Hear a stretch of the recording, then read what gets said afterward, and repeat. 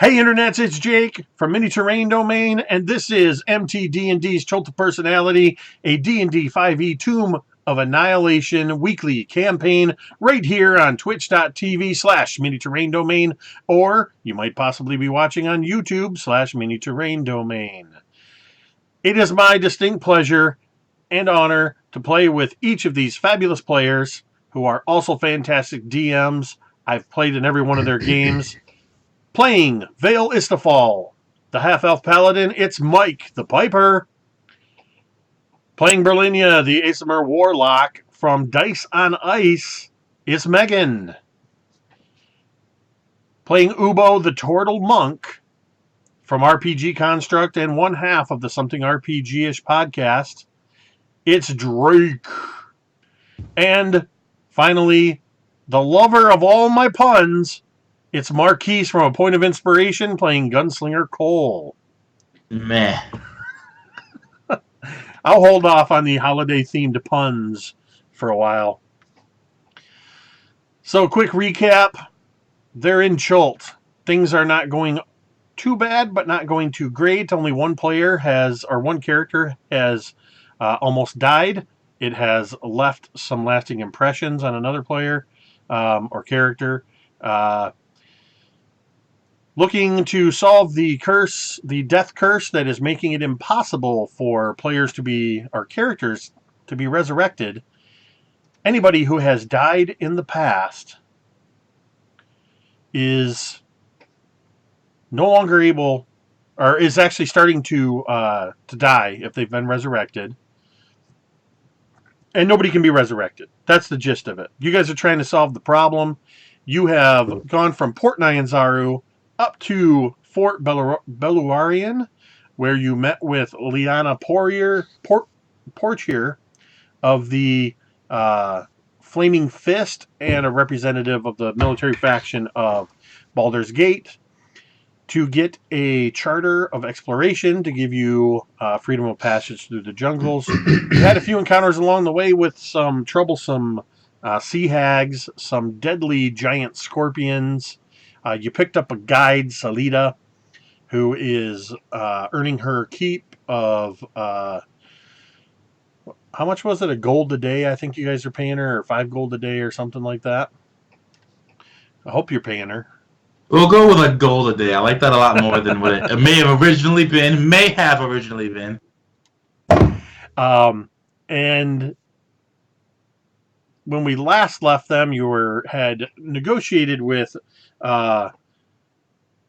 Liana Portier at the fort to keep an eye out for some ghouls. You had identified a frost giant threat in Chult, for which she rewarded you with some magic arrows, and she gave you a free charter of exploration.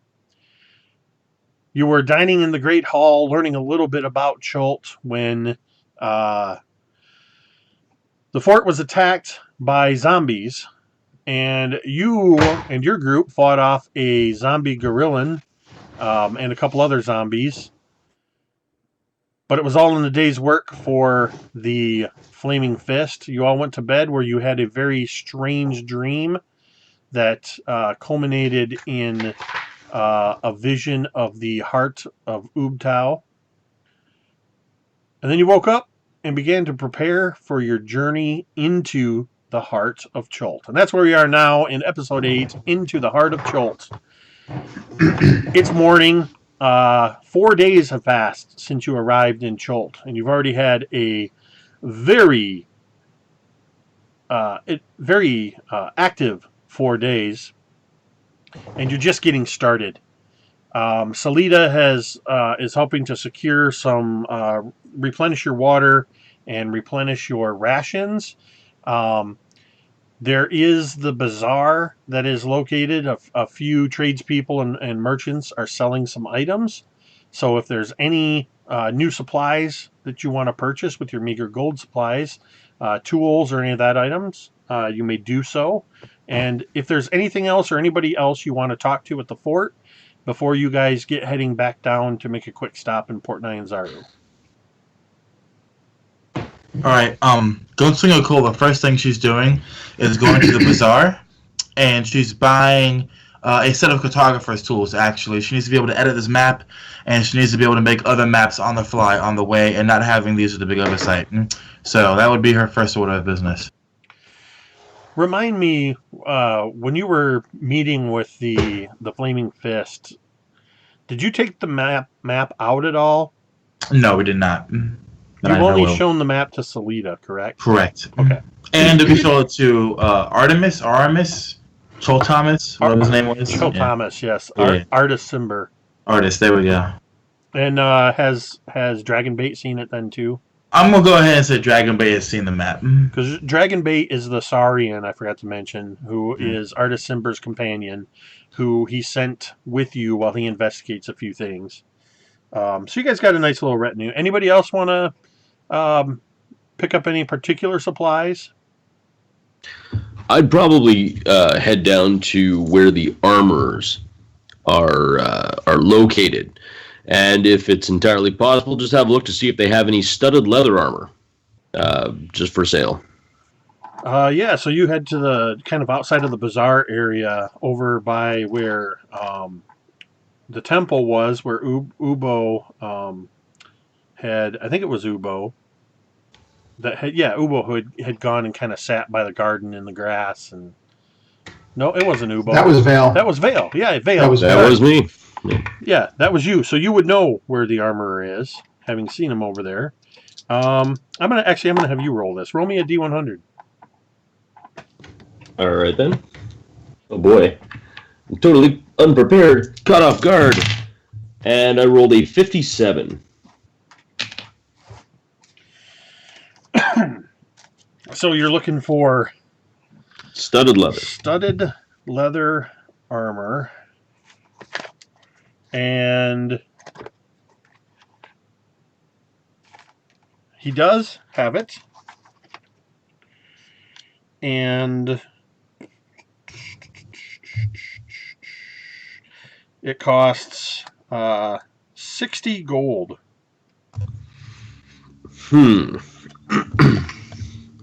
He's got some that's sized for more for the bulkier humans that make out the bulk of the forces, but it'll fit your frame pretty decent. I'll talk to him, and I want to try and see if I can talk him down. Just just kind of like go wandering off and kind of, like hold up, like kind of look at this armor and, well, I mean, I guess it's okay if you're into this sort of thing. Might be willing to take this off your hands, but how much you want for it now? He kind of just standing there with his arms crossed.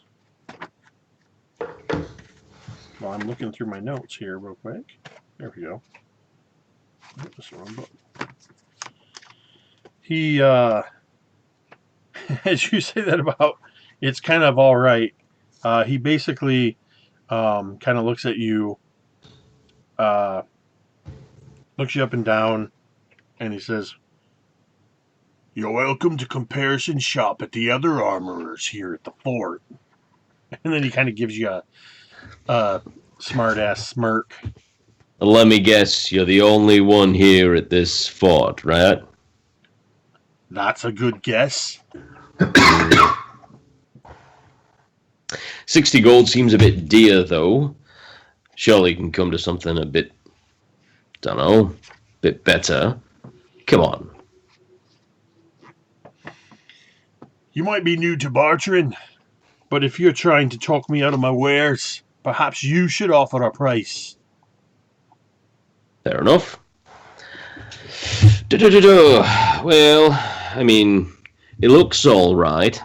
Definitely some rather good quality in some bits. I mean, adding of the leather, the spacing of the studs. I mean, whoever did this definitely knows what they're doing. That's for certain.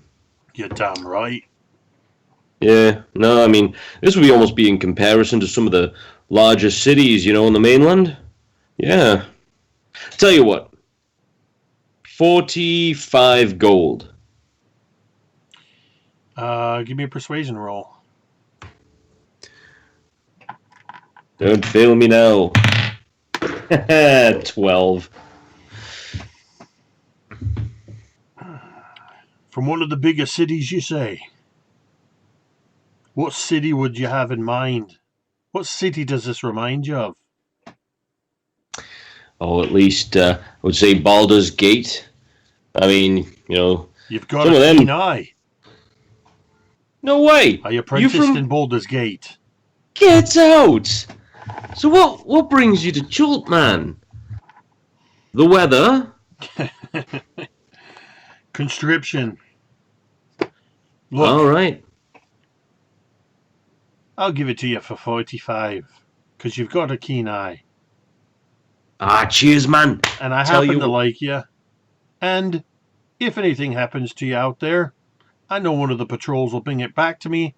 I'll clean the blood off it, and I'll sell it to somebody else for 60 gold.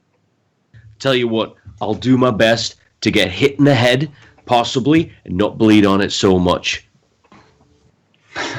What a deal that is, Mike. I like you, kid. You've got spirit. And he holds out his hand and he says,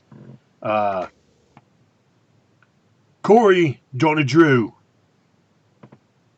you come see me anytime you want to change up your armor if you need repairs, if you survive. Done and done. And I'll just kind of embrace him in a kind of warrior's kind of handshake. All right. So just kind of forearm to forearm. All right, now what the heck? I'm going to have to try and I'm going to just change my AC on the fly here. Yeah, I'll zip over and just kind of... 12 plus dex. Oh, right. Yeah, so it's basically +1. Exactly. There we go. Right. So, yeah, I get out of that. And actually, I'll stop and say, look, I was thinking, this armor I'm currently wearing, you were so nice to me, how about I give you this armor? You can break it down for scraps or do whatever you like to it. What do you say? What's the armor you're currently wearing? Just leather armor.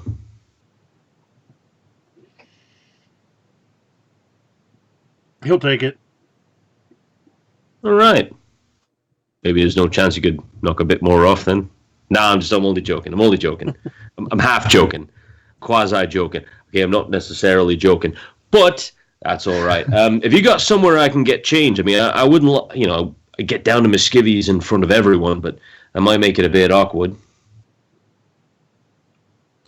I don't see any changing rooms around here. You've got nothing to worry about. Fair enough. Ain't got nothing nobody's seen. Yeah, it's true. Ain't got nothing no one's laughed at before. Hang on. And I'll just start kind of getting out of my, just getting out of this armor down to skivs and just like getting into this new armor. It's like, oh man, oh, this is champion. Oh, I could just easily move in it. Oh, this is good. This is good. I like it. Right, yeah, you are good. And I'm going to let everyone know that comes into Fort Belwarian, come see you for good armor. You do that. All right, doing cheers. business. And you. Enjoy. And I'll bugger off with my cool new armor, all studly and stuff. All right. Megan, or Berlinia, anything in particular you're looking for? Yeah, I think that Berlin would actually go into the bazaar to look for clothing that isn't cut and sewn from a church vestment. So some proper like shorts, maybe like a belt that she can put stuff into, something a little more. So you're looking for better. more regular traveling clothes, or? Yeah. Yeah, you're able to find in the bazaar a clothier that has a lot of things in. There's a lot of like white linen type stuff, as well as like beige, and quite a bit of brightly colored stuff as well. I think she'd be standing there for a while, just kind of looking at piece to piece, just trying to like figure out what is what not to wear, what to wear, what would be good to go out in the jungle. I think she would settle on perhaps like maybe like a more tan pair of something, but definitely looser. Yeah, so you're able to find for it ends up costing you about 4 gold pieces total for some of these finer linens. They're not really like fancy clothes. They're designed for travel. If you want anything, I'll let you kind of have some creative license with it if you want pockets and things like that. But it's basically like shirts, pants, a sash. If you want some kind of a like robe thing, it all comes to about 4 gold, which is Okay. a little bit of a markup, but you're out in the middle of nowhere. The fort. Yeah. She doesn't even know what haggling is, so she would just pay for whatever they asked. All right. And then Ubo, what about you? Megan, I think Ubo would be incredibly hungover and probably not in the best spirits right now. But Megan, when you got changed, what would you have done with the red ribbons? Those would have stayed on. I would have not taken those off my arms. What about your vestments? Even though they were cut, what would you have done with them? I would have safely packed them in my bag right next to the little cape thing that you gave me. Okay. Ubo would probably, seeing her come out dressed, Ubo would very gingerly and probably just looking terrible, just kind of go up to her and kind of, take his claw, kind of, pull on the shirt, like up on the shoulder and just kind of look at it and just kind of look not very happy until he sees those red ribbons still on your arms. And you would just kind of see a half smirk, maybe a little smile, and just a little bit of light come back into his eyes a little bit. And he would just say, those would serve you better. But I'm glad to see you've kept these, pointing to your ribbons. This will work. She kind of looks at them and she says, yes, I would feel off without them, but I'm glad you're feeling better. Wouldn't say I'm feeling better. Matter of fact, I think I'm feeling worse, but I haven't found the tavern yet today. Maybe after that. And he would just kind of walk away, just turn and walk away towards the rest of the party. And as you say that, Ubo, a familiar human, bald, with a blue goatee, member of the Flaming Fist by the name of Durgan, comes running up to you, and he goes, "Hey, glad I caught you before you left." And he kind of looks around, and he goes, "I haven't seen anybody drink like you. Thought you could use a couple of these." And he hands you 2. They're in like large gourds and sealed with corks. And he gives you 2 gallons of Tej. You would see that smile going, if turtles had ears, ear to ear, and just saying, thank you. And just keep nodding as he's walking, and he would actually kind of put one in his pack or on his belt wherever he could. But as we continued to walk, he would very quickly uncork one and just knock back a couple swigs.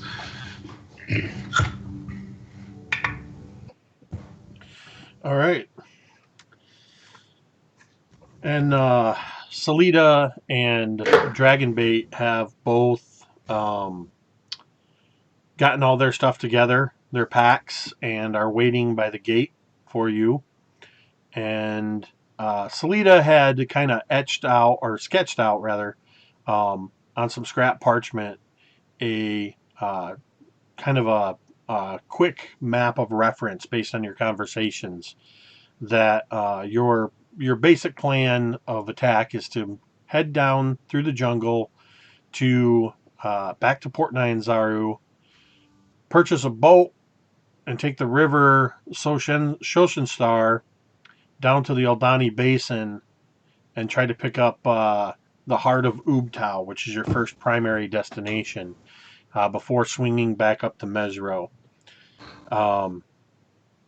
Depending on, she kind of told you, depending on the weather and what you encounter within the jungles themselves, you could be looking at probably a full month, so 10 days by the time you even get to Mesro. So you're looking at anywhere from 30 to 40 days of travel probably overall. What on earth is that?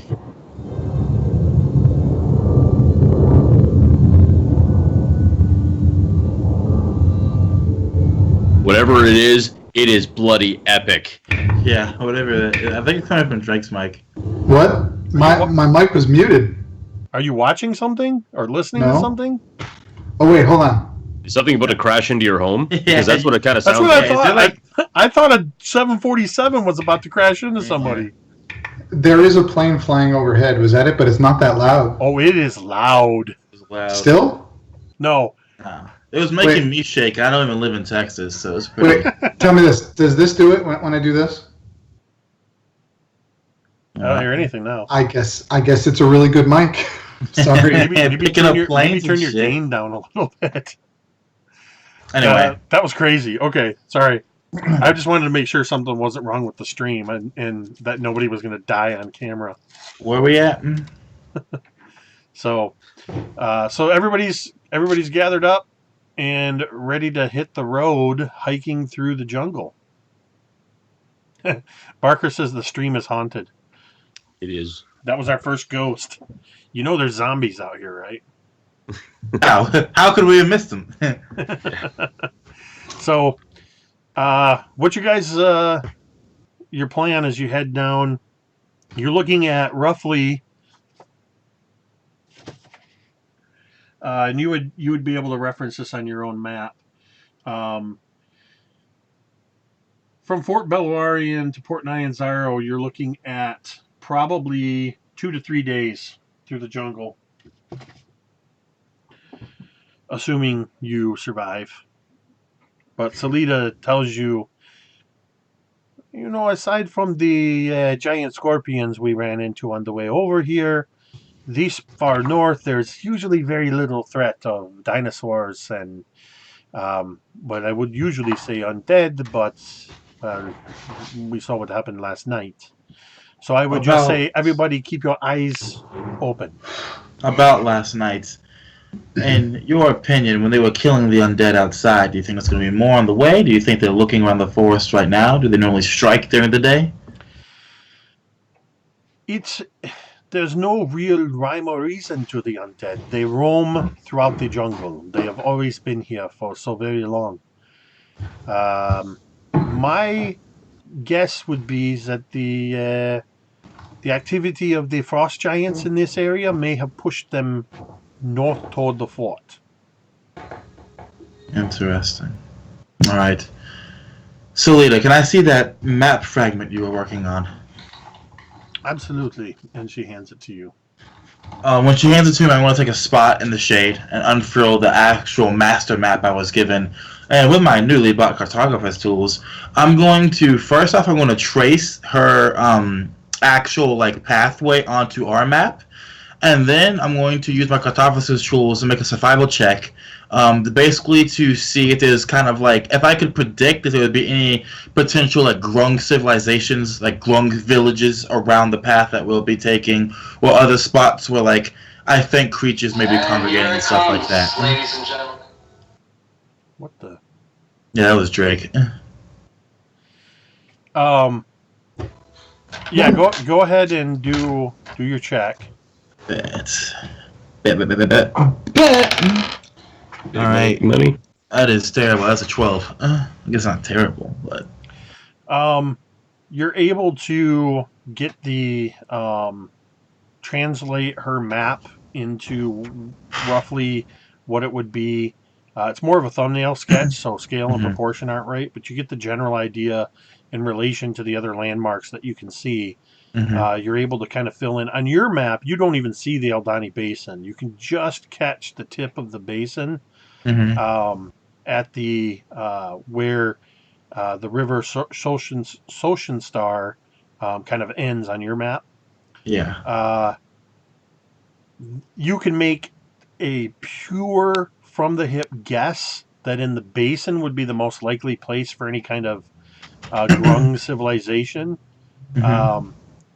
And just general knowledge that villages and societies and things like that, they tend to set up along waterways. All right. Yeah. Cole is going to circle the basin, and she's going to look up to the rest of the party, and she's going to say, more than likely here, we're going to find something. A lot of somethings. Probably living, probably not so friendly.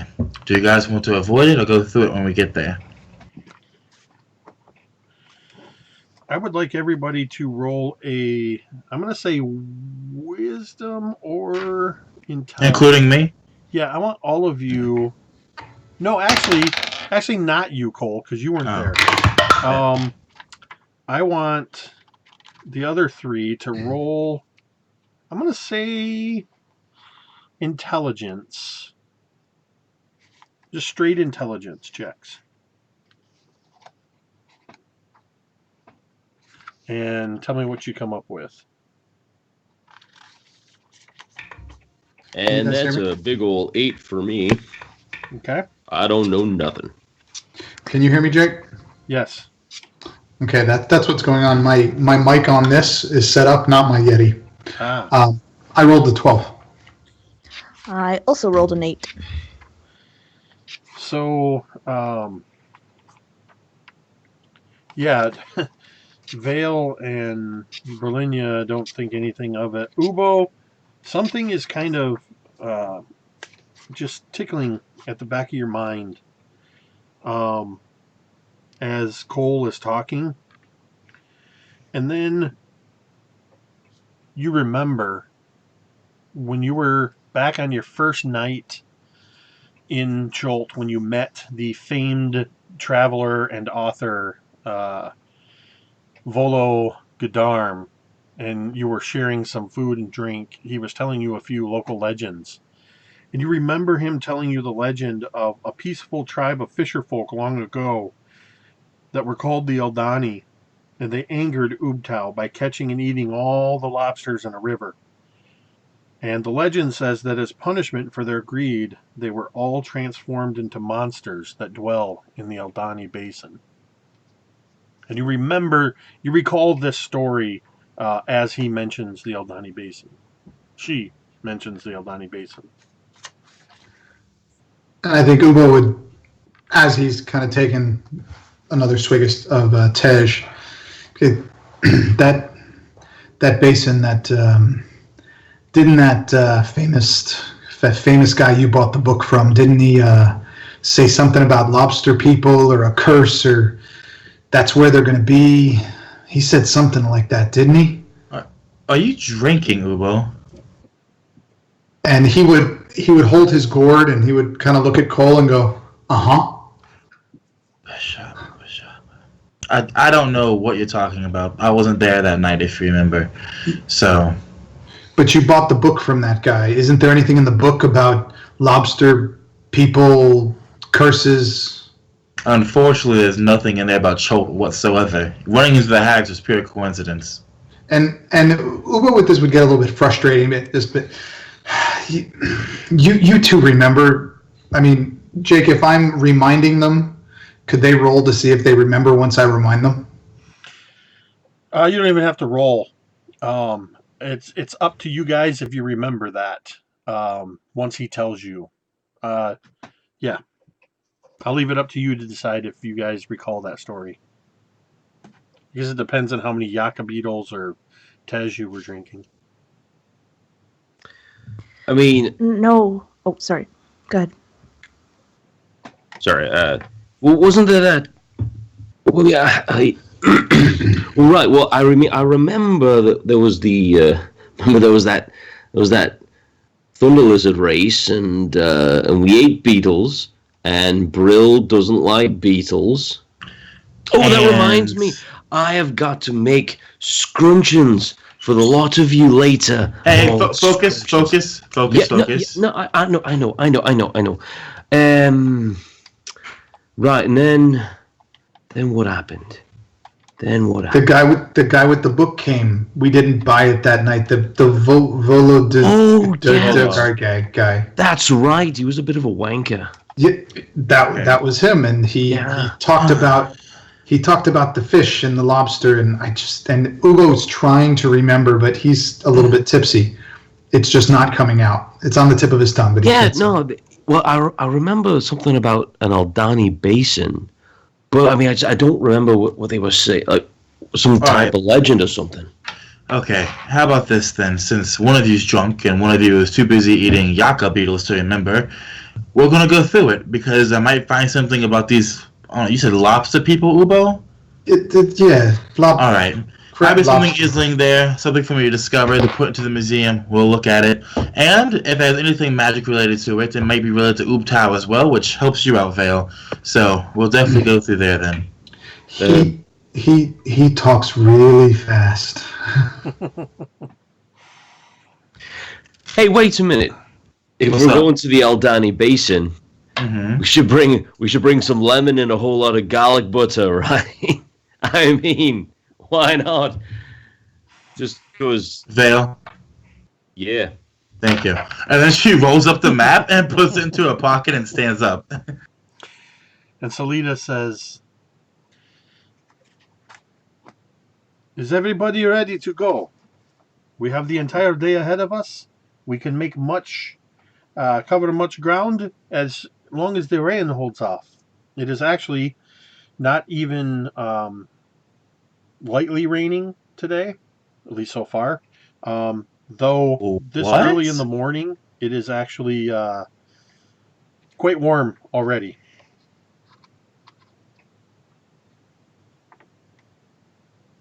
I'm going to turn to Brill. Brillinia, nice threads. Check these out. It's brand new armor. This way, maybe I won't get hit so damn much. But you look nice. I like these, See, you've all, chultified or something. You look kind of more like, I don't know. Well, it's better than the tatters you were wearing before. No thanks to, Cole, my name is Cole, Vale. I can hear you. You're right there. And Berlini would just kind of just blush a little bit and look down, and just well, I thought it was time for a change. No, that's good. That's good. Hey, wait a minute. Hang on a minute. And I'm gonna kind of lightly just kind of grab you by the shoulders, Berlinia, and I'm gonna kind of move you straight beside Cole. Cole, hang on a second. Look at me for a minute. Just look at me for a minute. Brill, you do the same. What are you doing? What's he doing? Huh. Ubo. Are you not hungover anymore? Come here. He's already drunk. What do you mean he's not hungover? Right. Perfect. Oh my lord. Look at the two of them. I mean, look. Does anything stand out between the two of them? Like in the face? Vale, I've been through this all my life. I really don't need you doing this. Besides, there are 4 of them. Besides that? No, I mean, they kind of look alike.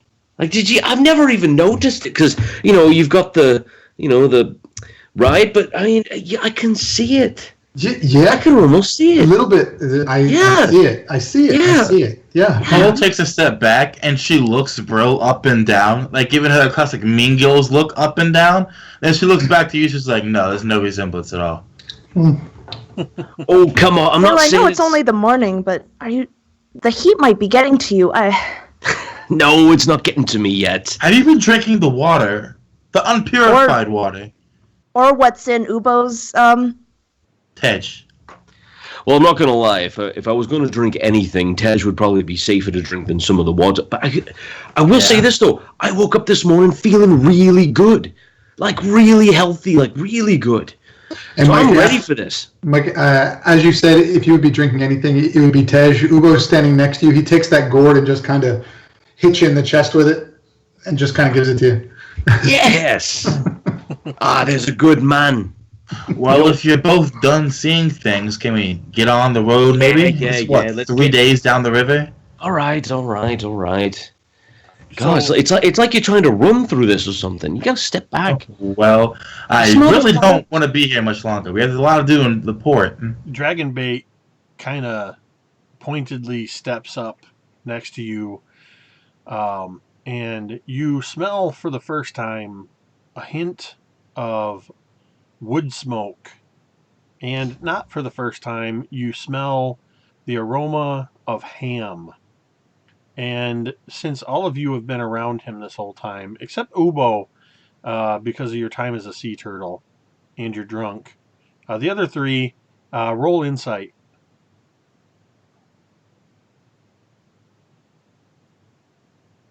$14. got a 16.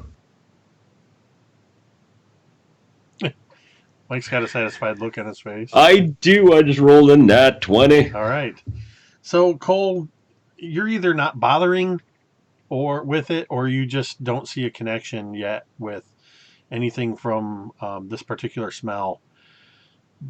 Other than you're kind of picking up on the fact that Dragonbait seems to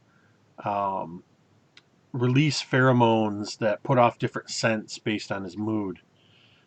Berlinia, you kind of noticed, you remember that in the caves that he had, when he was parting from Artis Cimber, that you smelled ham as well.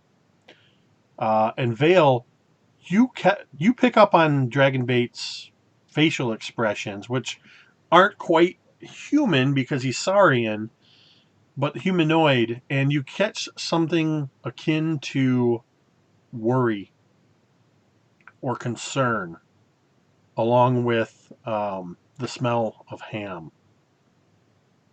And Vale, you're the only one that 100% knows that, based on that insight check, that the smell of ham means worry or concern from Dragonbait. And then he kind of looks pointedly at you, and then just starts walking toward the front gate, and then looks back to see if you all are following. I'll start to follow, but I'll kind of like run up beside him and hey, what's got you worried, man? Is it going down to the Aldani Basin or going back to Port Nyanzaru? Like, what's I mean, I know the whole thing of you can convey emotions, but it's kind of tough. But I tell you what, shake your head yes. Are you concerned about our safety, or you think that we're a bunch of idiots that don't know what we're doing? Because he starts shaking his head. All right. Well, I mean, you could have broken that one a bit easier. I mean, geez. Well, he started shaking his head when you said he was concerned for your safety, but he keeps shaking his head when you say that bit about being. He like shakes his head faster. He's just like, yeah. Mm. Right. Well, I'll tell you what. We will do our best to make sure that you don't die. How about that? You know. Look after you, man. We'll look after you, and you could look after us, and yeah, everything's gonna be fine. Everything's gonna be just fine, just fine.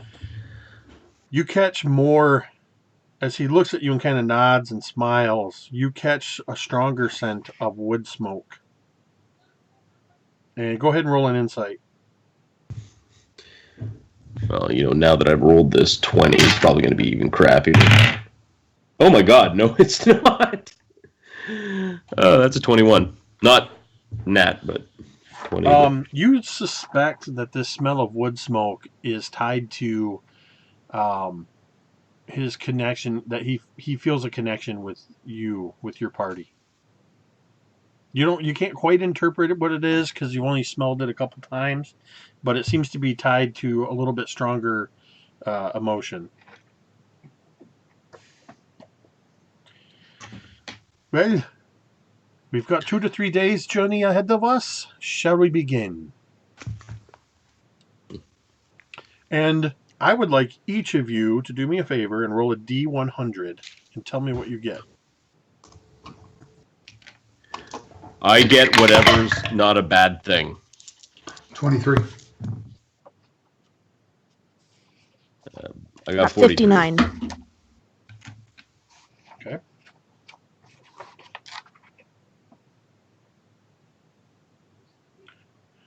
Would you You wait for me? Both. 65. And Vale, I didn't hear yours. 43. Okay.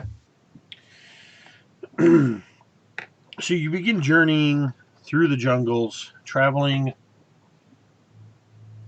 mostly south but slightly west, staying in the jungle, but moving in the direction of Port Nyanzaru.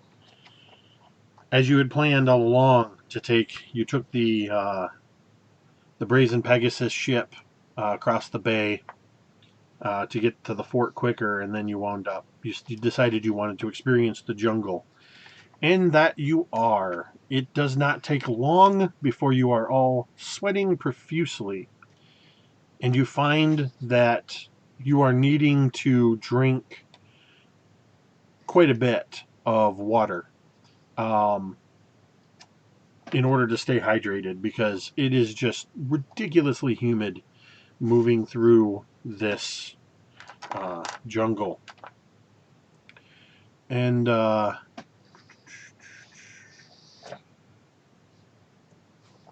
the rain holds off for well into the afternoon. And let's see. As you are walking through this part of the jungle,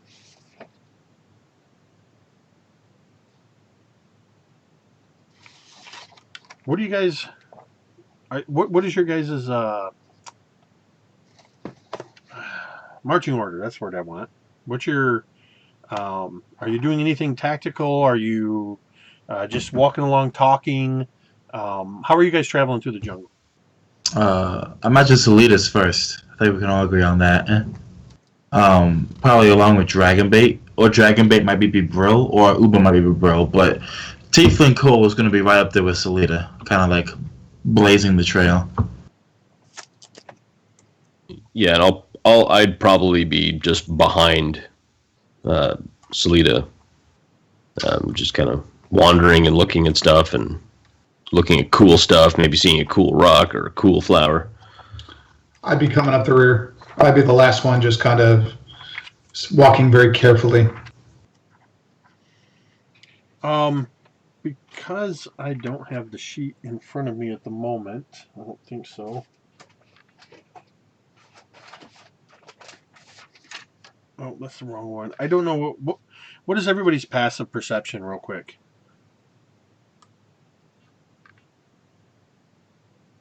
I have 11. I am also 11. 11.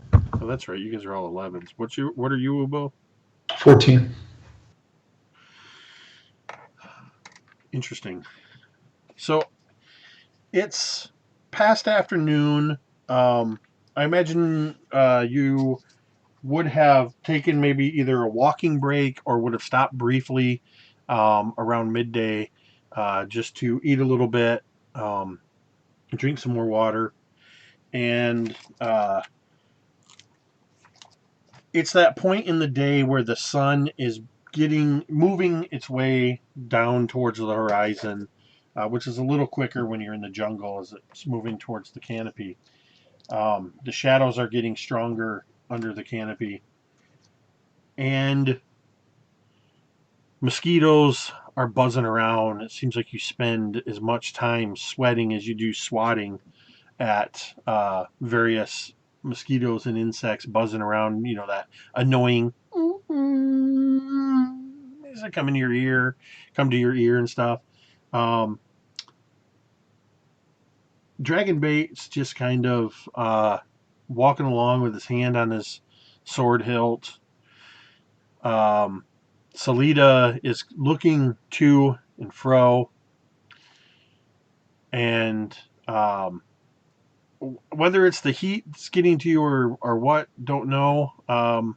Ubo, how much of the Tej have you drank at this point? You had 2 gallons. I'd say probably almost finished, maybe 3/4 of the way through the first one, because I'm assuming we've been going for a while. So you see, as you're kind of just, as you're tipping back and taking a swig, you do that. Imagine that classic camera angle as you move through the jungles where the camera looks up and kind of rotates and you see the treetops and the jungle vines and branches. And you swear that a couple of the vines seem to move of their own accord. I think I would stop for a minute. Who'd be the next person in front of me in our I marching think it'd order? be me. I would stop and just kind of look for a second, and then if I could reach Brill, I would actually just kind of tap her. And would she turn around, or what would she do? Yeah, she would kind of stop and just kind of turn in just like confusion. Yeah. What's wrong? And I'd go very, very quietly, but probably louder than I wanted. There's something moving over there, I think. And I would just point, like, put my hand like close to her so like everybody around couldn't see, but it would be pointing in that direction, and I'd say, over there. There's something over there. But again, it would sound like maybe I'm just confused. But yeah. She would take a quick look, just like a glance. Would she see anything moving? And as you look up, you see what at first looks like just the normal vines that you've seen, when suddenly 4 vines come shooting down towards your group. And I want everybody to roll initiative. So it begins. Have the best score out of the group already, I can tell, with a startling. All right, you guys ready for this?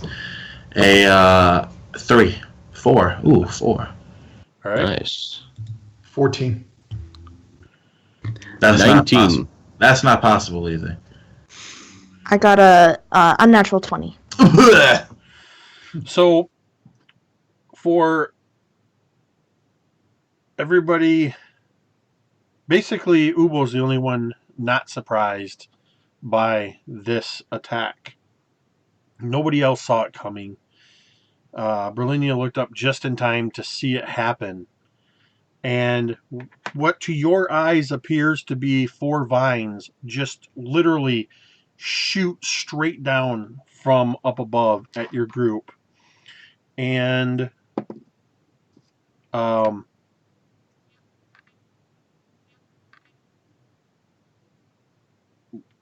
Ubo is actually getting what this means is these things are attacking, and then Ubo, you're gonna go you're gonna go next because you weren't surprised. Then we're gonna drop into initiative order. Okay. But Ubo, you're getting attacked by one of these. Okay. And as it flies towards you, it tries to bite you, and that crits. Awesome. And fantastic. so a reminder, the way I do crits is max damage and then re-roll the damage dice. Would this be considered a missile? No. Okay, never mind that. So that's going to be 12, 14 plus 4, 18 points of piercing damage. Plus, wait. Did you just kill Ubo outright? Because What's your max HP? Don't worry about it. Roll the damage. What's your max HP? Roll the damage. I think he did. What did I just say? Was 20? You said 18. 18. And then you had to roll more. You take a total of 25 points of piercing damage. Wow! Oh my god! As a snake-like creature darts out of the jungle and hits the fleshy part of you between the shell and the neck. Are you still standing? I fall. I'm unconscious. Okay, just unconscious. Wait a second. Okay, just... Max was 24. There's... At third level? Mm-hmm. All right. Yeah. There's three more of these things shooting down out of the trees. Yo, just dogpile on Ubo, please. Save us. Cole. Oh, no, not him asked for this. That is a 22 to hit. That just barely scratches. So you are going to take 8, Ooh, 10... You take 19 points of piercing damage. Oh my god. I'm still standing though.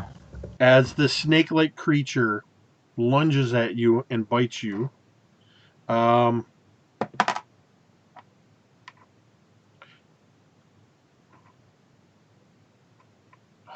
shoot. There's another one targeting you, Cole. What's your AC? Who's? You, Cole. Oh god, I'm getting hit by another one. My AC is, so I just moved away from my character sheet. It's 16. Okay, this one actually misses you as you reel back from getting hit from the first one. Thank Another God. one, you hear it kind of sing past and land on the ground near you. And the last one is going for Vale. Does a 13 hit Vale? Sorry, did you say a 13? Yes. It does not. So this thing shoots past you. Whoa. It thunks into the ground. Salida and Dragonbait whip around, trying to see what's happening. I forgot to roll for them.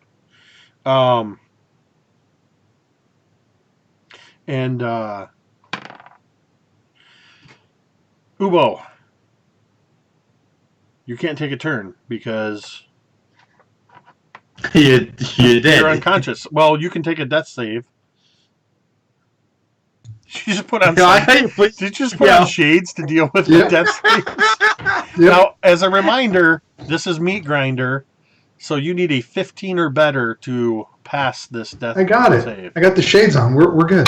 Yeah, look at him, man. 16. Ooh. So that's one success.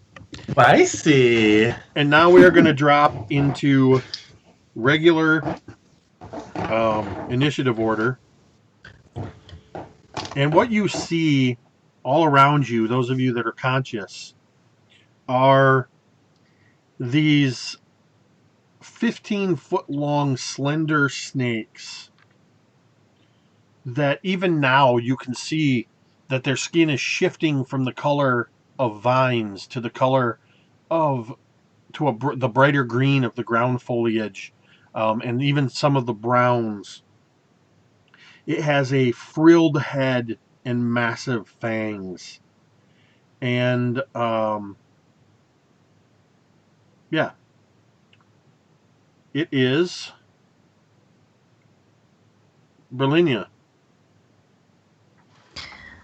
immediately Berlinia would rush to Ubo's side and just be totally panicking because she's healed a lot of people. She's never healed a turtle, so she doesn't know really where to check for vitals or how to do any of that kind of stuff, but she kind of just touches the top of his shell, hoping that that works, and you see that her bands just kind of start glowing, and it kind of crosses through the band, like the ribbons, and his shell begins to glow, and she's going to cast Cure Wounds, which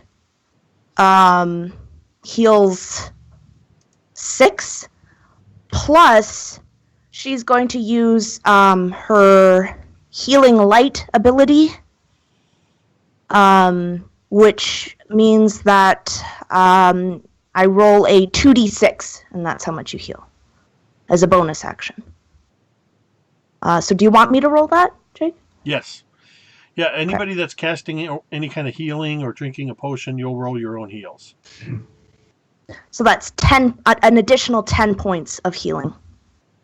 Okay, so I'm back up to 15 then. Sweet. All right, and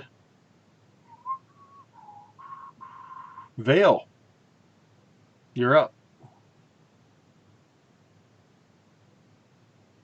All right. I will. So I pull out my rapier, and like, right, here we go again. We got this, right? Yeah, we got this.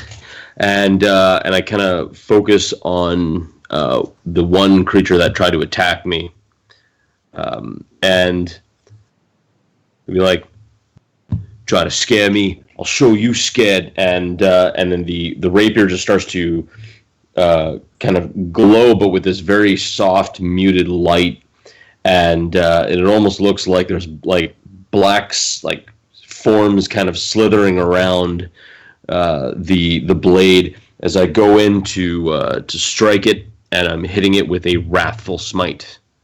All right. Wrathful smite. And that is a 15 to hit. Your rapier finds its mark.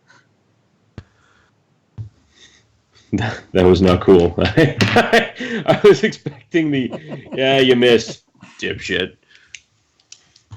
All right, so,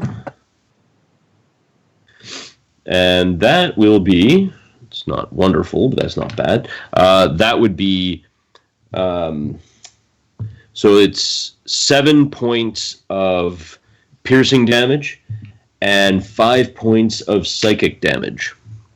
Also, it has to make a wisdom saving throw, or it's scared of me for the next little while. So it's a total of 12 damage. Total of 12 damage, and yeah, it's got to make a wisdom saving throw, or it's going to be scared of me. What's the DC? I rolled a 10. DC is 13. So this thing does that as soon as you strike it. It does that. It like kind of flips. Does that thing where like snakes like spaz out, and it kind of flips a little bit, and it instantly just coils tightly, and its head rears back, and it just. But with its head up and away from you. And it looks to be bleeding profusely where you pierced it. If that's the end of your turn... That is the end of my turn. Ubo, you are laying on the ground. You have been regained consciousness and healed a bit.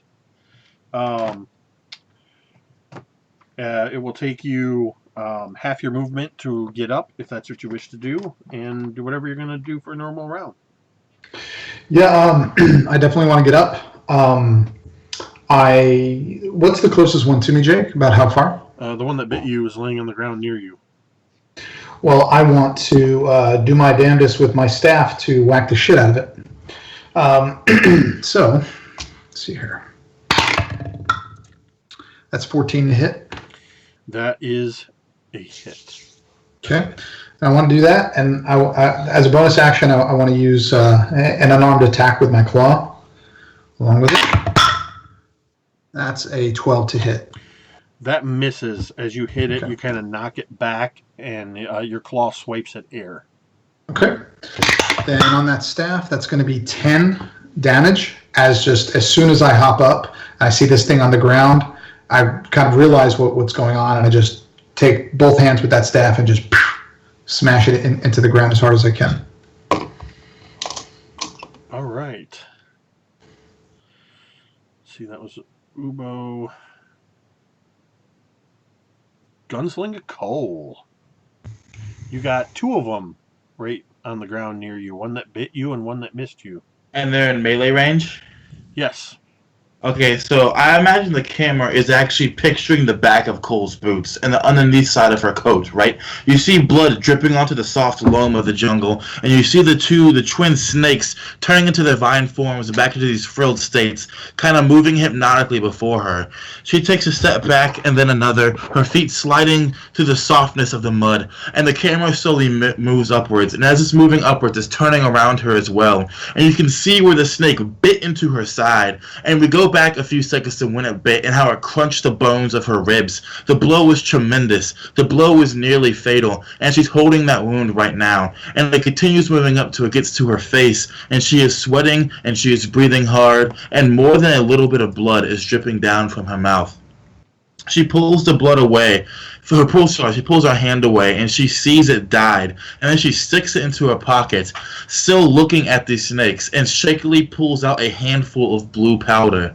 She takes it, not saying a word, and begins to whisper something under her breath. And the camera could just barely make out the word Broinya underneath her breath. And then she rubs the blue powder into the wound. I'm casting Cure Wounds. I already pre-rolled it, so I got a 4+4, so I'm healing 8 hit points.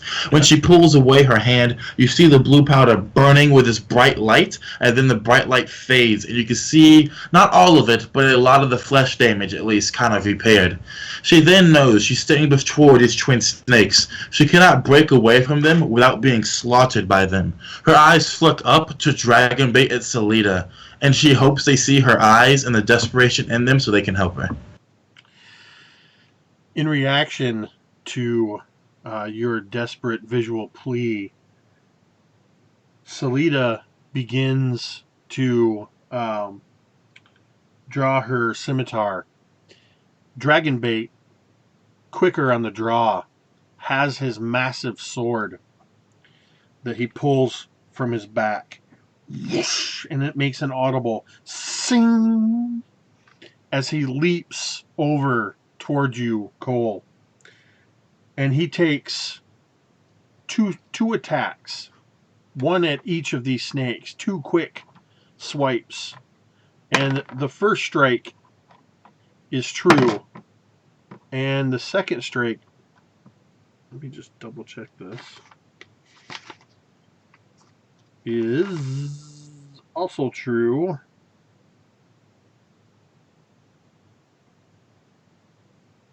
And he does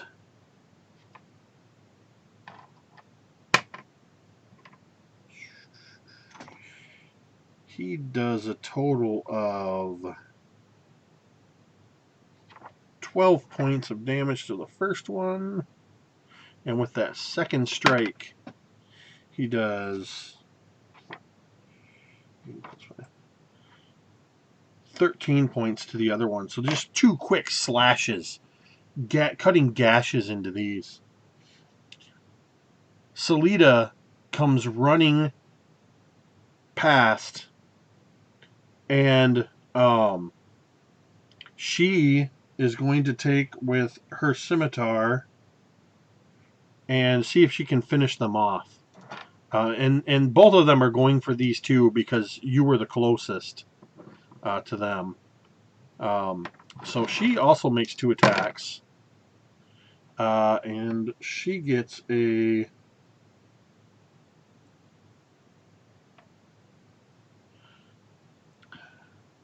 As she comes in, you hear her scimitar, swoof, swoof, but you don't see any connection with these snake-like creatures as she cuts at both of them. Still alive, still hissing, they attack.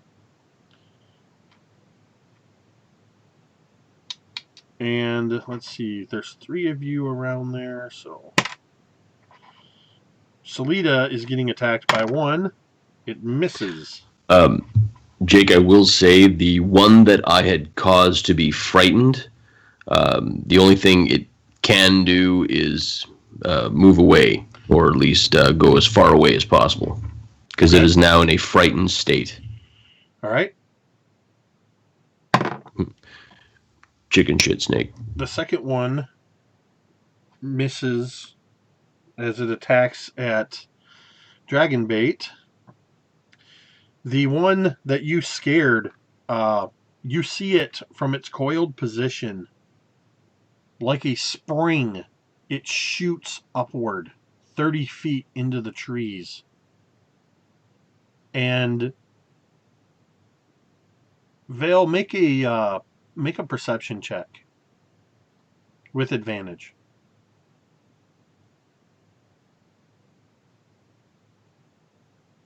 And that'd be a 14. As it springs up into the trees, you can just barely see it where it tries to blend itself in amongst the other vines that are hanging, but you kept your eye on it, so you know where it is, 30 feet above. And the last one is over by Ubo and Berlinia. Even Ubo, odd Berlinia. It's Berlinia's getting attacked. As this thing lunges at you, it extends a good 5 feet, and its jaws right in front of your face, stopping just short, Berlinia. You can smell the just acrid scent from its mouth as its jaws clamp shut. And that takes us to the top of the order again, to Vale. Actually, I believe it actually is Berlinia. Sorry, you were correct. Yes. You are correct. It is Berlinia. So, seeing this, Berlina would let out this like little yelp and kind of stumble back a little bit, but she would kind of regain her footing. So there's 3 that Berlinia can see right now. 2 kind of in front, and then the one that attacked her, right? Yeah, there's the one that just attacked you, which is by you and Ubo, is engaged with you. The other 2 are kind of where Dragonbait, Salida, and Cole are. How far away are they? Within probably 15 feet. You guys were kind of in a file moving through, so. Okay. Okay. So she is going to mutter, just kind of stand and hold both of her hands out, and her ribbons begin to glow again, and she's just going to mutter, "Thessedaleth," and erupting from her is this like light wave that just comes shooting out. And one of the snakes definitely has to make a Constitution saving throw. If the other snake or 2 are within it's 5 feet, then they too have to make a Constitution saving throw. So it would only be the one that was just bit in front of your face. It has to make a con save? Yep. DC 12. That is a 3. What happens? it takes 6 points of radiant damage. What does it look like when this radiant damage hits this thing and kills it? I can just imagine its mouth kind of snaps open again, and this light just has found its way into the snake's mouth and just kind of travels up this vine thing. And as it does, like, as it's traveling up, the trail it leaves behind just turns to ash and just kind of rains down. Nice. And there's one less. As it is now. Is that your turn? Are you going to move or? Oh, actually, nope, that's my turn. Yep. All right, Vale. You're not currently engaged with one, since it darted up into the trees about 30 feet away, but you have your eye on it. All right. I will rush over to Cole, and I'm going to attack that one. There's actually two over there. Oh, okay. Well then, that makes things a little different. Actually, it really doesn't. Yeah, I will go in and attack, and I will use. I'm going to use Divine Smite. Yeah, going to use Divine Smite. All right. At least on the one that seems healthier. So, attack that. You crit again? Yeah. You can always tell when Mike crits. I'm sorry. So I do like I don't know, like 73 million damage. I crack a portal into the earth, to which only the most powerful denizens of the abyss spill out. Hoof the snake in the nuts, crawl back in, and they just go off and chill. Maybe Netflix and chill. End the session, baby. Yeah, you don't even need to roll any damage on that because this thing didn't have much left. Well, whichever one was healthiest was the one I was attacking. Yep. But I guess, okay, well then, yeah, I just, like, kind of shoot forward, and kind of as I'm shooting forward, it seems like time is slowing down, and I'm just like, Cole's probably just staring me right in the eye, and I'm like, all right, and then just stab forward this, like, thunderclap of energy, and you just see the whole, like, the snake's whole body just light up for a second and just, like, shoot off into, like, kind of, it almost looks like into, like light motes and, like, small fireflies, you know, when sunlight hits, like, dust motes, and it just, like, flies into that, and it's like, this is so much fun! And I'm gonna, for a movement, can I actually can I position myself in front, like kind of like in front between the other snake and Cole, just to like kind of shield my body? Absolutely. All right, and that's what I'm going to do, and that's going to be it. Ubo, you are not currently engaged, and probably within about 15 feet of you is where the remaining active snake is, where it's currently surrounded by 4 other party members.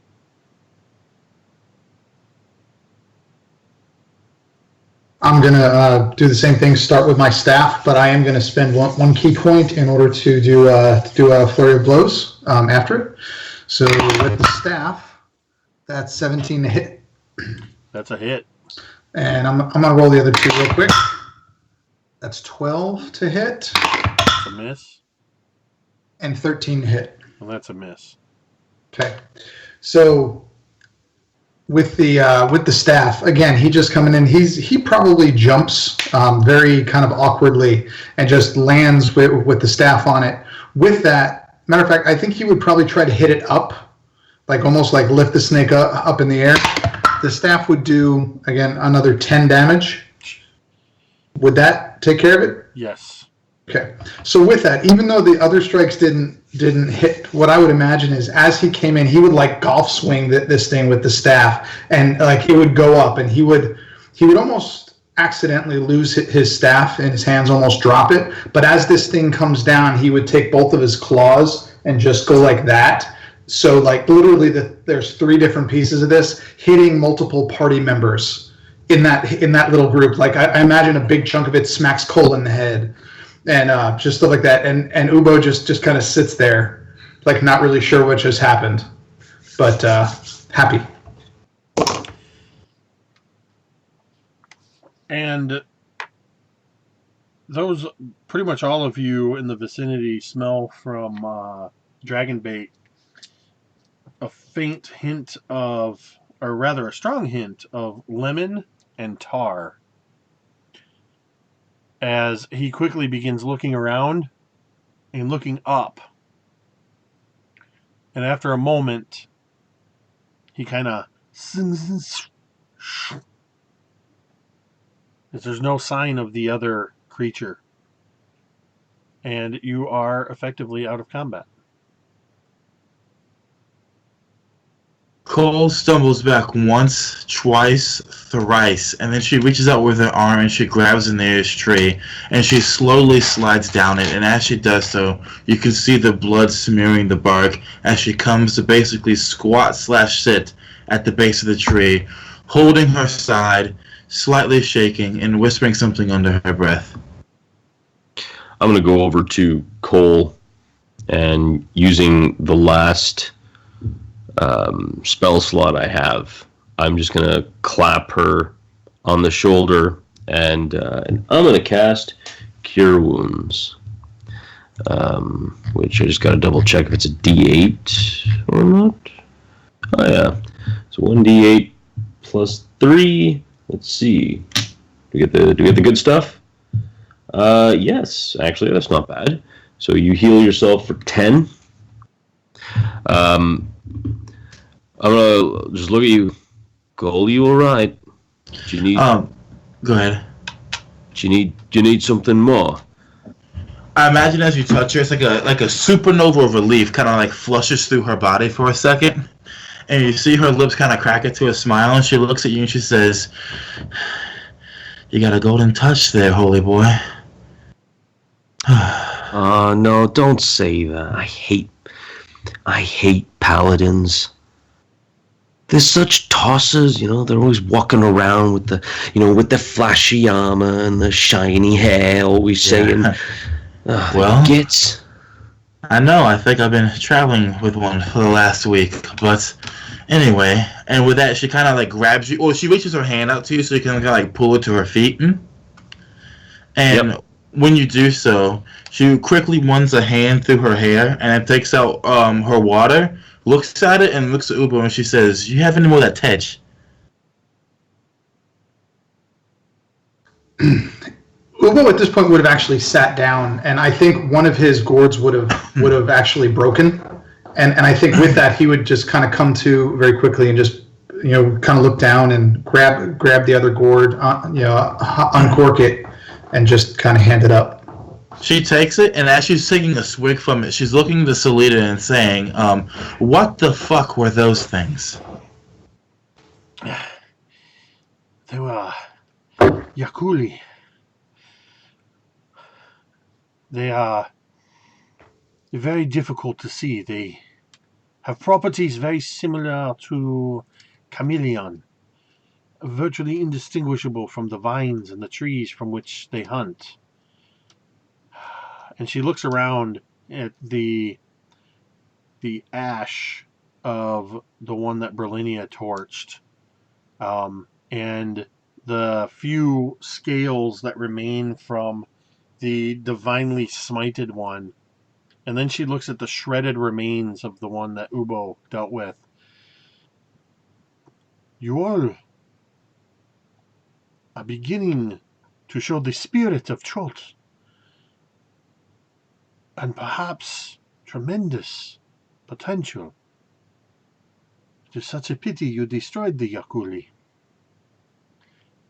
Their shedded skin is very much sought after in the fabrication of boots of striding and springing, and even invisibility cloaks. Well, there's still one hiding like right up there, and I'll point to the tree.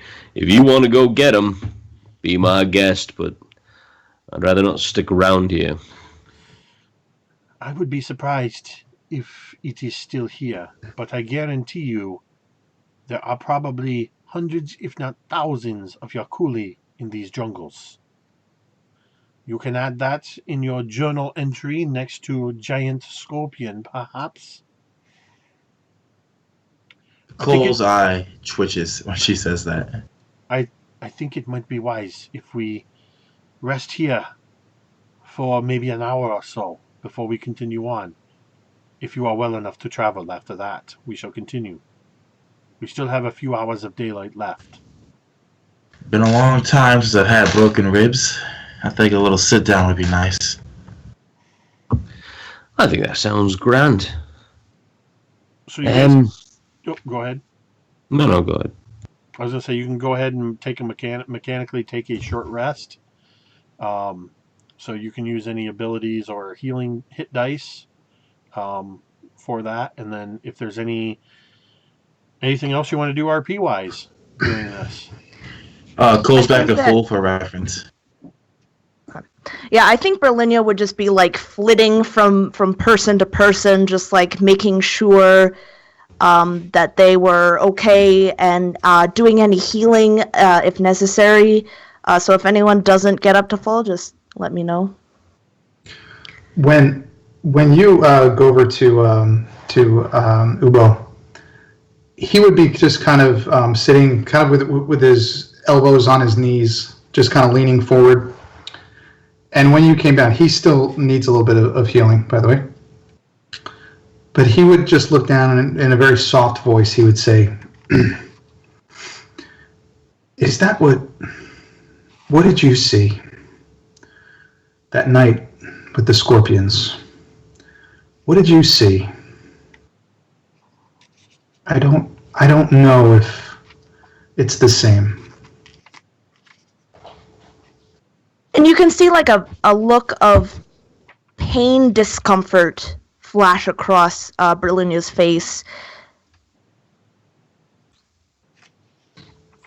It was all very dark. And there was nothing. And she just kind of looks down and looks at her, like the ribbons on her arm. And he would say, "Yeah, it was nothing. Kind of surprised me too. Guess there really isn't a reason for this, except each other now." No, I'm sure there is a reason. Elmater knew that it wasn't our time yet, so he didn't show us what was there. He didn't show us. I know that.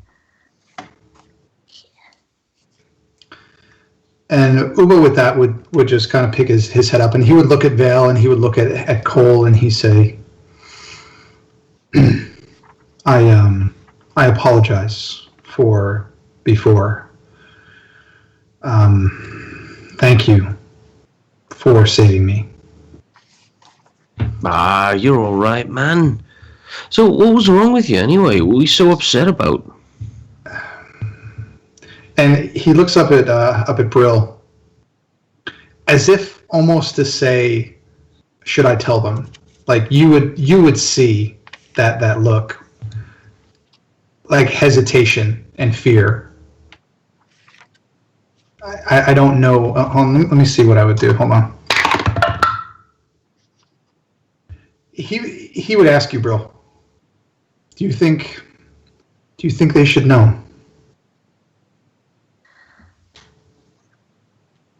And I think Berlinda would be avoiding eye contact, kind of like just busying herself with you, trying to like find any scars or scrapes or anything that she can heal. But you would detect the slightest just like but discernible nod, just like a quick. And he would, you would hear a very audible sigh, and he would say, I told you all that this was my mission, that I was sent here by my temple, that I was here to guard her. The truth is, that wasn't my mission. I'm just a steward. I tried to join the temple dozens of times, and I never passed the tests. But they said that this was going to be easy, that this was simple, and I thought I could prove that I was worthy, that I could do it. My master said it would be simple. I guess I can't even do the simple things. I took his cloak. I put it on. I put on this facade, thinking that I could prove myself, that anybody could do this simple mission, and I've done nothing but mess it up. So for that, No, you didn't. Man, that's actually quite a relief to hear. I thought you had dysentery or something. Well, that's wonderful. See, it's not a big problem at all. Yeah, all right, so then maybe you didn't get into that club you really wanted to get into. That's okay. You know what? If they don't see what's inside you, then tosh on them. Go start your own club. Or, your own temple. Yeah, piss on them. They're not important. Yeah, no, I thought you were mad or something. But great. No, this is something we can work on. And plus, we have Tej, and let's be honest, we're in a very nice tropical setting. All we need to do is find some coconuts, and we're good to go, man. We're fine. Ubo would be smiling, and you would hear him kind of half sort of a giggling, and he would just look up at you, Vale, and he would say, "Thank you." And Brill already knows what's going on, but then I think Ubo would look over at Cole, and you is well, I expect the harshest punishment from you. Say for what? Dishonesty. Please. Last thing I give a fuck about in these jungles right now is whatever reason you're here, Ubo. That would be a kind of a startling kind of like Ubo wouldn't know how to react. He would just go, okay, and then just kind of look back down. You could almost see him like gaining confidence for a minute, and then he just kind of got shut down. Don't take it that way, Ubo. I'm not saying Bashaba. I'm not saying how you feel doesn't matter. I'm not saying your backstory doesn't matter, Ubo. What I'm telling you is that I know where you're coming from.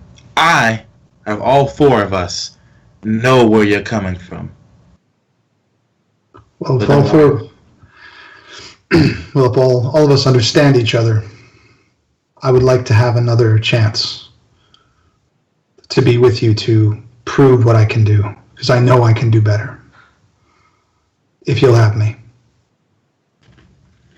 She eats a piece of tack. And she uses a point towards Brill, and she says, "She already convinced me. I don't give third chances, but I believe in you, for what it's worth.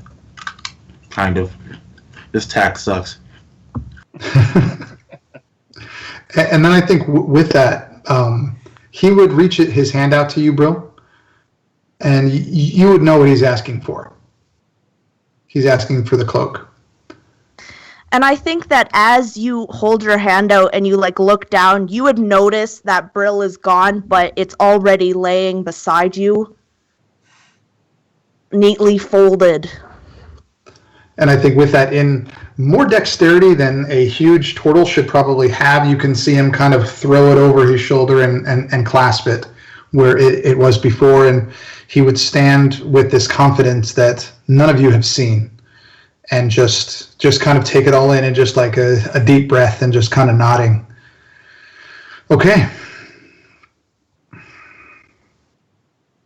And that's where he would stop there. So you're good then? Yeah. Good. I'm good. Yes. That's wonderful to hear.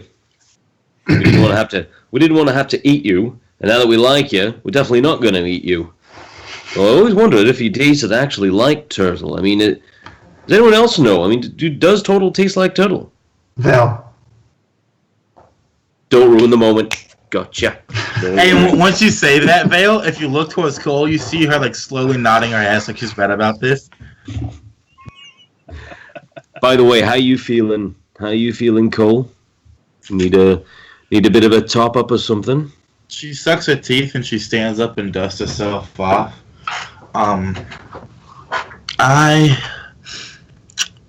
Let's just say I don't deal well with pain, but for right now, I'm good.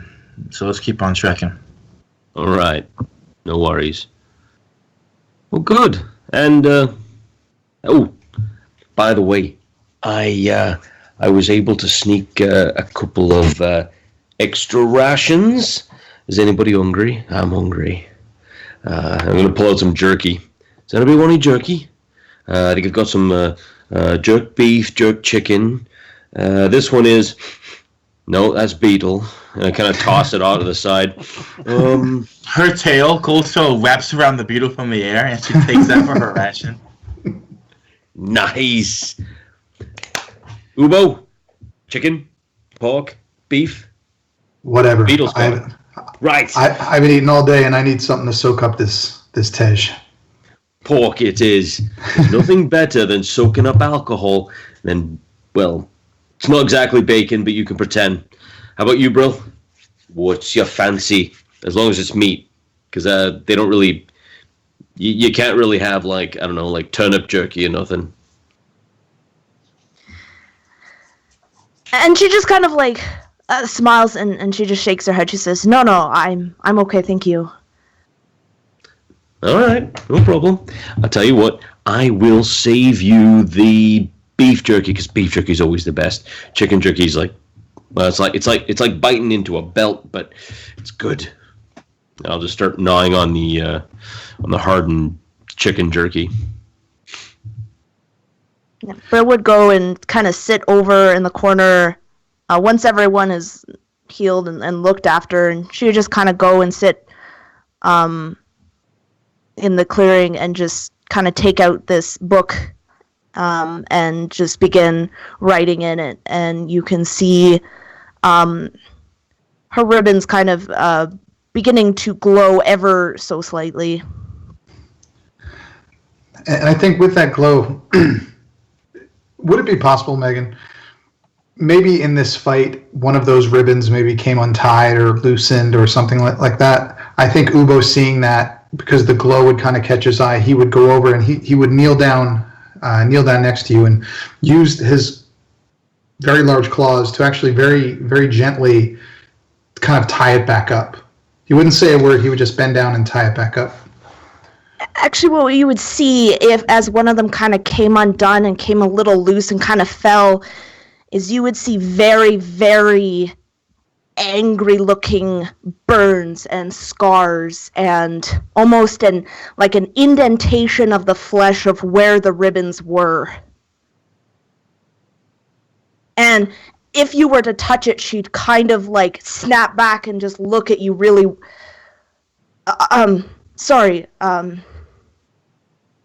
thanks, I'll fix it. And Ubo would just nod. He would know that he probably just overstepped his bounds, and he would just nod and just walk away. Those are scars, aren't they, Brill?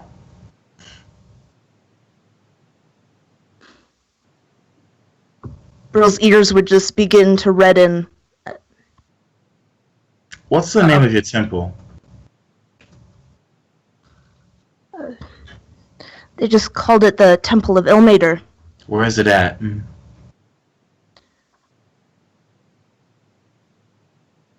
South, east, west, north, Faerun. Sortos, Wulrond, Kalimshan. North. It was North. quite cold. Her eyes kind of narrow for a second, and she asks you, "Do you have any? You're an Azamar. Were your parents human? I assume they were, but were your parents human?" My mother. I was told that my father didn't exist, which always confused me. That it was only my mother. And your mom was a part of the temple. You were born into basically what I'm asking is, you were born into this temple cult, yes? Yes, I was born into the temple. Yes. And they did that to you to make you do this. And she points with her tail at the smoky, ashy remains of the dead snake, the Yakuli. They only taught what was best for me. They taught the light. They taught the truth. A small amount of sacrifice is needed. When you say light and truth, her face goes cold. And when you go sacrifice, her eyes narrow just a little bit more. And she points to your other arm, the one that still has all the weapons tied around it. And she says, "Your legs too? Your back, or just your arms?"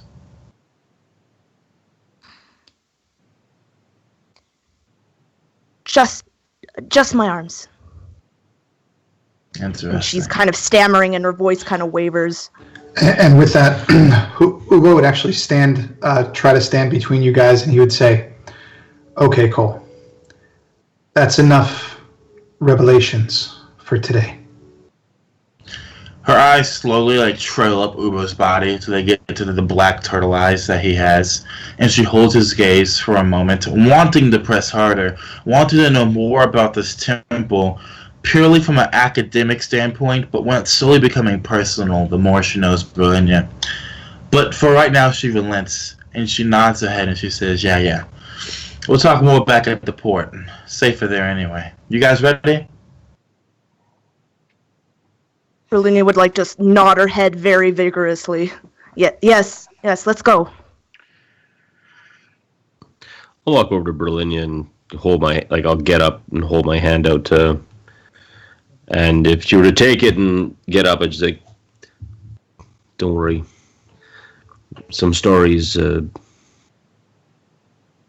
just not the right time to go talking about it. But whenever you're ready, at least one of us will be happy to listen." And I'll just kind of walk on.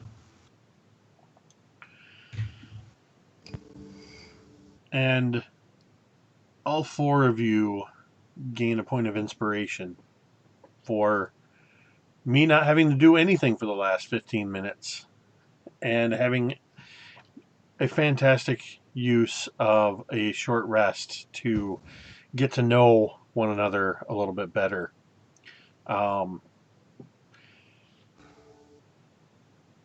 If you want, Jake, I could DM the rest of the session too. Right. I'm just gonna sit back and let the players take over. If there's more points of inspiration to be had, I, as a point of inspiration, will take them. Don't forget the part where we make a keep on the back of the Tarrasque and then just go around taking over. I got that, and our revenge against the dragon turtle as well, because I kind of want my 40 bullets back. Okay. Well, just know that I'm usually pretty stingy with points of inspiration. Not because I don't like to give them out, but oftentimes I forget to give them out. But that's what I like to hear, Jake. But that was a great use of a short rest, and your characters are finally, after 4 days, are starting to get to know one another like a good old adventure retreat. And Salida, seeing that you all are kind of shifting towards, getting up and kind of, adjusting your packs and stuff, she kind of looks around and she says, "We've actually, I think, covered very good ground today. I think perhaps one more day should do it if we can make a few more hours before we make camp. And you begin heading southwest again through the jungle. And you travel uneventfully and rain-free for the next, we'll say probably about 5 hours before nightfall starts to darken the jungle to where you're kind of starting to stumble a little bit because you can't really make out the underbrush and things like that. And then Salida says, I think now is probably a good time to set up camp. Perhaps we start a fire, and with 6 of us, we should be able to have enough sleep tonight with rotating through guard shifts. I also made something while we were back at the fort for the situation. When she says that, she pulls something out of her pocket. The contraption is brass, made of purely brass, and a bit of wood, actually, strangely enough, and held together by mixtures of ropes and vines. Imagine like a ninja star, but the actual pieces of the star, like the points itself, are abnormally thick and slightly open. She speaks words into it, and she chucks it out into the jungle, into the foliage. And what I'm doing is I'm casting the alarm spell, basically, on that, because it's another spell I picked up. So, Nice. and she looks at Salida and the rest of she says, if anything comes from that direction, which, given what I've been paying attention from you, Salida, they should, if we get ambushed again, that'll trigger, it'll wake us all up, and we'll know what to do from there. I can honestly say that is the first time anybody has used alarm in one of my games. Poosh! I got you, baby. And it was done brilliantly. I love it. I love the contraption.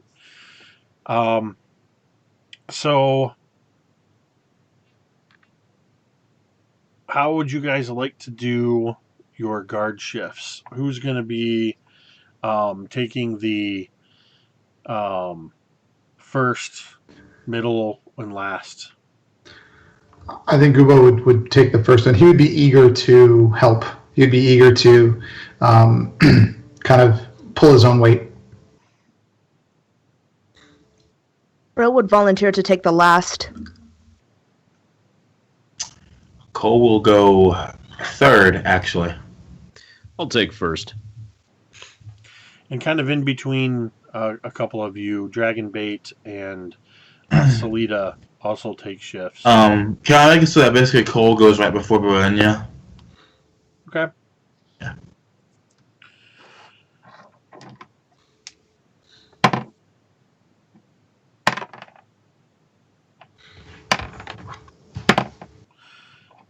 Cole, it's actually during your shift, about midway through, that it starts to rain. It's not a heavy rain. It's just kind of like that comfortable summer rain. With the nightfall, it's slightly less hot and humid, and the rain does cool it a bit. Other than that, all of your shifts through Cole go through uneventfully. Cole, you're able to wake up Berlinia to take her shift for the final part of the night into the morning. Berlinia, as the jungle is starting to do that thing where you can't quite, because of the trees, you can't see the sunrise, you just start to notice, hey, things are getting a little bit lighter. You've been listening to the various jungle sounds that, as you took up shift, the rain is making that patter sound on the trees, and you're hearing the dripping of the rain. You're probably Cole, would you have set up the rain catcher when it started to rain? Yeah, I was gonna say she definitely would have one set the rain catcher and two built like a protector, I guess, over the fire so it doesn't go out. So yeah, Berlinia, you're hearing that the rain hitting the canvas of the rain catcher and dripping into the collection jugs, and a lot of the night sounds have started to kind of die off. Give me a perception check with advantage.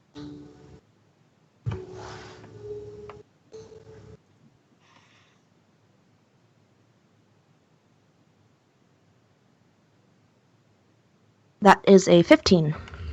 And Cole, what direction did you put your alarm? Let's say I should put it to the west. Okay. Berlinia, you hear that pattering of the rain and the dripping, that sound that rain makes as it lands on thick leaves, and that just kind of gentle shh sound of the rain. And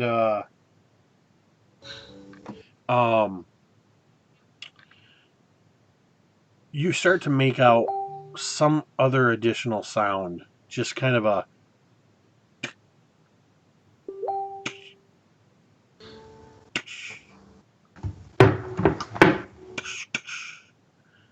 and you recognize the sound as brush and twigs snapping. And then you hear it even closer. And you see some underbrush rustling about 20 feet away, slightly to the north. What do you do? So upon hearing the brush crack like a little bit away, the first few times I think kind of alarmed her, but then she learned that it was kind of, there were always animals and critters and everything like that. But with this getting a bit closer, she becomes a bit wary, and she would kind of stand up and before she just like alerts anyone, she's just going to walk slowly towards the noise.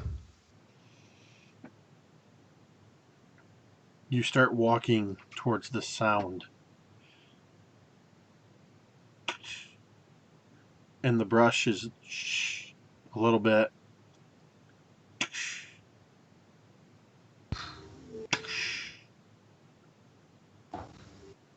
And something emerges quite suddenly from the brush in front of you.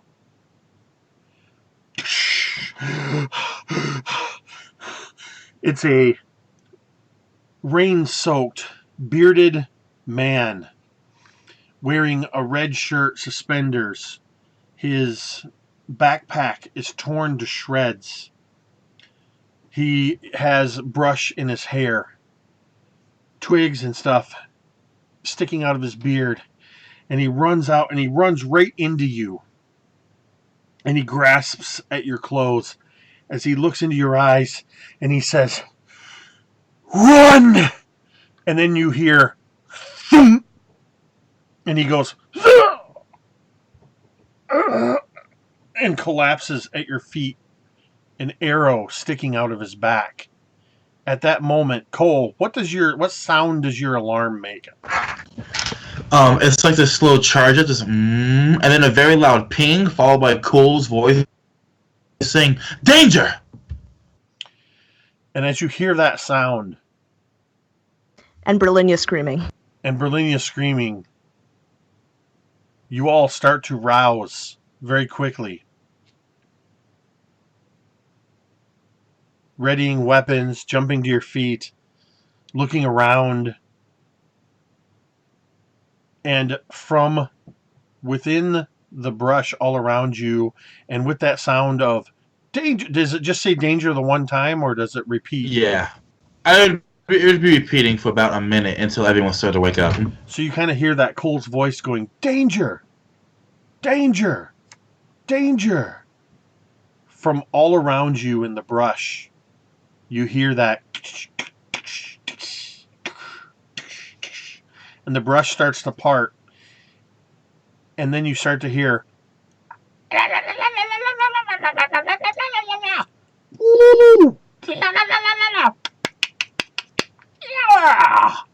and all around you as the camera starts to do that 360 pan as you all start to kind of bunch together. You see, well, let's just see. You see about a dozen figures, all of them around 3 feet in height, wearing little more than crude grass skirts and painted wooden masks covering their sallow skin, wielding spears and arrows as about a dozen Batiri goblins surround you. And the last thing we hear is Cole's voice. Danger! Danger! And a crack of thunder as the rain begins to intensify. And we're going to call that the session tonight. Huh. Oh my God. Hang on. Huh. Danger. Well, danger. I think danger, I believe, is Chulton for get your backup characters ready. Oh, yeah, dude. After this session, Hey, after I took 19 damage in my 21 in one turn, yeah, I'm making one already. I was actually worried that I was going to drop Ubo, like kill Ubo. I'm surprised you didn't. So the Yakuli or Jakuli are they're these, just what you saw, they're camouflaging snakes. They get advantage on stealth, and they have this spring attack that if the spring attack hits, they do an additional 2d6 of damage. Ooh. And it just when I hit Ubo with that attack, it was the bite attack, it was a crit. So that was automatically 15 points plus whatever I rolled. It's the monk with a high strength and a high constitution, and I have a -1 dex. Man. So that worked out. I, as a DM, one of the reasons why I absolutely love having the four of you is I was all set to just hand wave the long rest, and I wound up sitting here for 15 minutes as you guys just took over and role played that long rest, just phenomenally, taking advantage of that opportunity to develop your characters further, which I just absolutely love and awarded you inspiration for. And as you wished on your very first session or second session, when you, I think it was when you guys actually hired the ship to head up, you said, let's take the ship to the fort and let's go through the jungle on the way back just to see if we can get a taste of it. And That was Cole. Marquise. that was Cole. Nobody else wanted that taste, just Cole. Legit. So you are getting a taste of it, and I'm doing a hybrid of selecting encounters. And when I have you guys roll D100s, you guys are actually rolling on the official Tomb of Annihilation random encounter table. And then How do I'm you rolling. choose which What's that? side is the encounter? Or do you just get all four and like a D4 or something? Yeah, I think I Gotcha, mentioned that a yeah. couple sessions ago. When you guys are going to be traveling, I'll have you roll a D100, and then I roll to determine or make a call whether or not there's going to be an encounter, and then I roll a D4 to see which of those comes up. So it's a hybrid of random encounters and selecting. Yeah. I chose the Jakuli because I thought they were badass and I wanted to use them. Mm-hmm. I love Tomb of Annihilation. Chult is rich with all kinds of stuff that you guys have just barely scraped the surface of. So, yeah, I'm convinced that Salita is trying to kill us, man, because we only camp in places where we get ambushed, gang fucked, or both at the same time. Just saying. So wait. So Brill is dropped. I've dropped. So next session, either Vale or Cole have to drop. Cole almost dropped from the sounds of it. How close did you get? Yeah. I had 2 HP left after that first attack. Oh, man. Yeah, because that second one, I think, ran the risk, especially if I would have critted, of killing Cole outright. Yeah, it was very close. That would have been like a Jakuli spear right through the heart. Yes, that would have been dope. Go ahead. If I was a standard monk with 18 decks and 12 12 con, I'd have been dead. So. Yeah. Oh well, yay for turtles. Well, that was a sorry, I brought up the stream in the chat, and EverJ with a question mark says ambush gang fucking. That's what we get.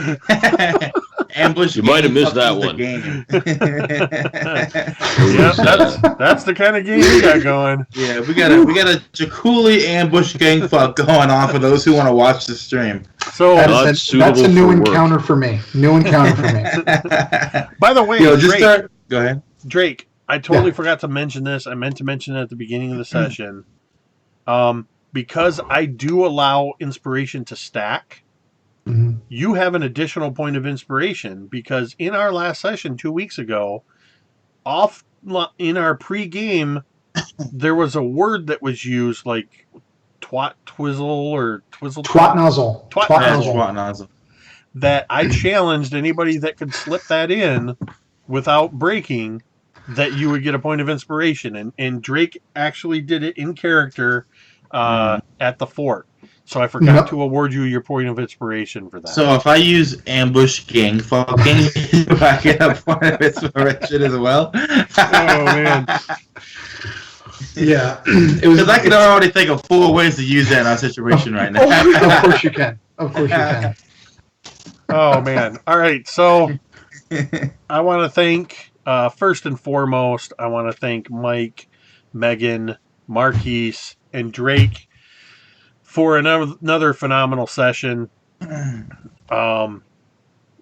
love this. I love playing with you guys. I love not really outright trying to kill your characters, but just seeing what happens in the jungles of Chult. And I want to thank everybody that tuned in tonight. I think we are starting to get a little bit more of a following on the live part. And thank you if you're watching on YouTube, watching the VOD. I'm working diligently to get these to the point. I think we've still got, with this one, 4 more episodes to get up on YouTube, and then they'll go up every week, 1 week after the live stream. If you like what you saw, whether you're watching on YouTube or you're watching on the stream, tell everybody you know about it. Retweet it. Follow us all. All of us have down in our overlay here our Twitter handles. Retweet, tell people about it, and share the stream. So and don't forget, tomorrow, 1-year anniversary episode of Something RPG-ish podcast. Yes. So if you're watching this live, yes, that's tomorrow. If you're watching this on YouTube, go to facebook.com/somethingrpgish or somethingrpgish.podbean.com, or look up Something RPG-ish on whatever podcast aggregator you use, and our episode 20, 1 year in review episode, will be up. Thank you everybody for watching. Thank you for all of the players. Check them out on Twitter. Check out all of their channels. Check out everything they're doing. Thank you for watching. I'm Jake from Mini Terrain Domain, and this has been MTD&D. And